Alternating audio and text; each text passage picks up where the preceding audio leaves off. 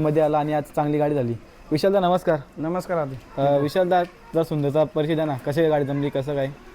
सुंदरचा म्हणजे बैल वडकीच्या मैदान पालाला होता. कलबीचा शंभू आणि सुंदरचा गट झाला होता.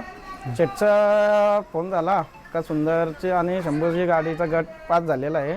तर मी शेटनं विचारला का बैल मुंबईला कधी येणार आहे. तर शेटने सांगितला का मैदान पळून झाल्यावर बैल आपला आधीकडे नारायणला शिवमत्रे यांची तो येणार आहे, शेटने असं सांगितलं.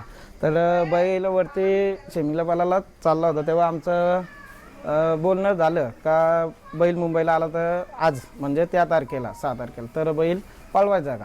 तर आधीशी बोलणं झालं आणि शिवा शेटला मी बोललो शिवादाला का बरं आपण नियोजन करायचं का. शिवादा बोलला शेटला विचारा ना, लगेच बोलतं बघा. तर मी त्यांचं बोलणं झालं शेटसोबत आमचं.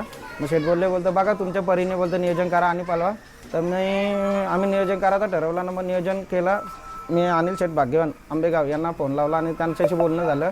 ते बोललं का विशाल तू फक्त मला सांग सुंदर घेऊन यायचा, मी बैल घेऊन येतो, बाकीची सगळी नियोजन तुझा बोलतं, मी फक्त बैल घेऊन येणार बोलले. दा बघा ना, सुंदरला हाणला आणि लगेच मला वाटतं पब्लिकने टाकला आणि त्या सुंदरला आतून टाकला. कसं काय नियोजन झालं आता पब्लिक टाकायचा?